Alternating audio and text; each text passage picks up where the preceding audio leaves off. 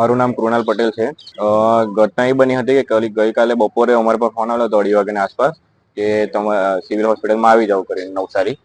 તો અમે સિવિલ હોસ્પિટલમાં ગયા તો ત્યાં અમારી બેન છે ભાવિકાબેન, એમની લાશ મળી હતી અને કોઈ જાણવા મળેલ કે કોઈ ભાર્ગવ નામનો છોકરો હતો એ ત્યાં લાશ મૂકીને જતો રહ્યો. એ નર્સિંગના પહેલા વર્ષમાં અભ્યાસ કરતી હતી અને અમારી માંગ અમને હત્યાની આશંકા છે અને અમને ન્યાયની માંગણી કરીએ છીએ. હવે ઘટના એવી બની કે અમે બપોરે મારા પપ્પાનો ફોન આવ્યો કે એવી રીતના કે આવું કે બેન ને થયેલું છે સિવિલ હોસ્પિટલમાં હાજર થાવ એમ. સિવિલ હોસ્પિટલમાં ગયા, મારા પપ્પા પેલા ગયા અને મેં સુરત થી મોડો લેટ થઈ ગયા એમ.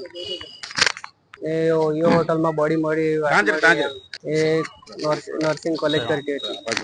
શું આશંકા છે તમને? હત્યા થઈ એવું આશંકા છે.